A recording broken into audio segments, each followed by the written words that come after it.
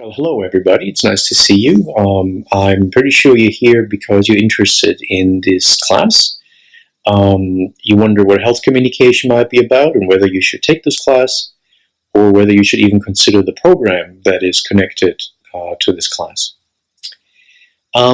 This is not a talk about the entire world of health communication, of course. You can look at the rest of the website to get more ideas about how I look at it.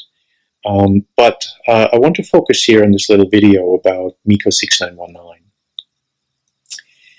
MECO6919 is one of the core units in the Master of Health Communication. It is also open to students from relevant, related other programs, such as students in public health and medicine, students in communication and media studies, students in sociology and overall social sciences. Some will need extra approval, some don't. But the course itself spans a sort of broader range because it focuses more on the communication of health and health as a topic itself. This is a 6 credit point unit of study, which is very typical for this department and the school. And it usually runs in the afternoons, 1 day a week or 2 days a week at most. I would ask you to look at the relevant timetable of the semester in which you plan to take it to get an exact idea of when it's offered. So let's move to the topic itself and sort of like the outline of this course to get an idea.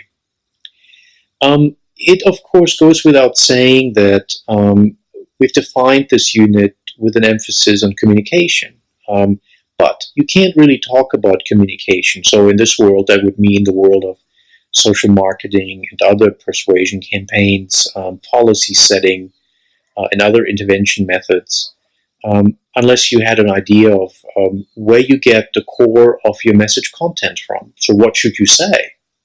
And why should you say what you say?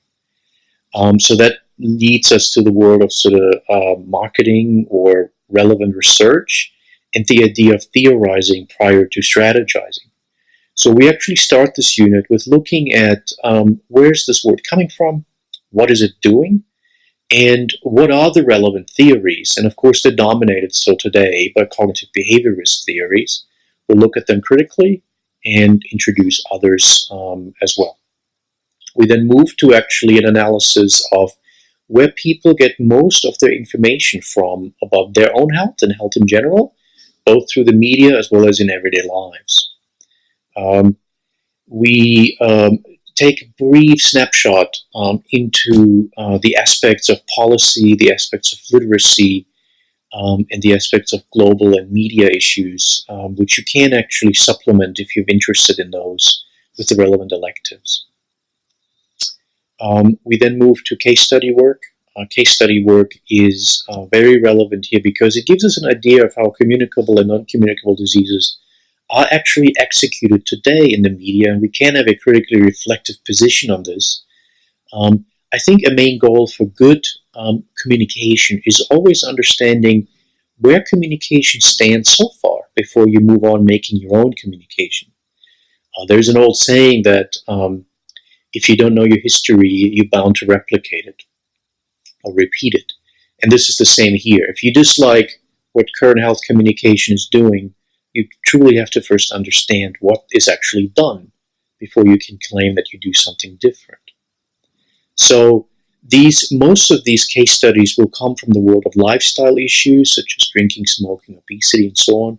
But some have to do with real disease outbreaks of where we have to have a position towards, such as Zika virus, bird flu, and so on. The class sort of winds down with evaluating the work that is done in interventions. So how is it done well? How is it done at all? And we'll end with another critical reflection on are we doing it right today? And since we had an opening discussion on communication, how we understand it, we should have a closing discussion on the same thing. Having said that word discussion, I would like to emphasize at the end here that this is a graduate seminar that uses a roundtable discussion format to advance throughout the semester. So students are encouraged to not just listen and write, but to participate actively in the process, both by taking small amounts of time to lead discussion circles with the rest of us, and so the instructor becomes part of the set of discussants, as well as expanding their contributions to the class blog, where we have a similar parallel discussion that goes with the class and intersects with that from time to time.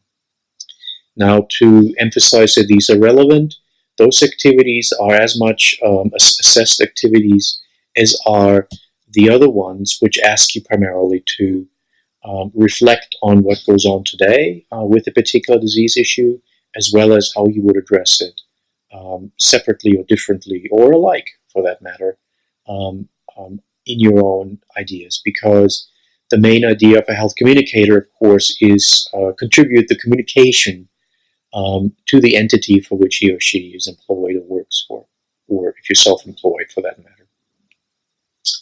So I hope this gives you a bit of an idea of what this class is about. If you have more questions, look at the line of how you can contact or get information about the class and contact me. But I would also encourage you to sort of browse on the website more.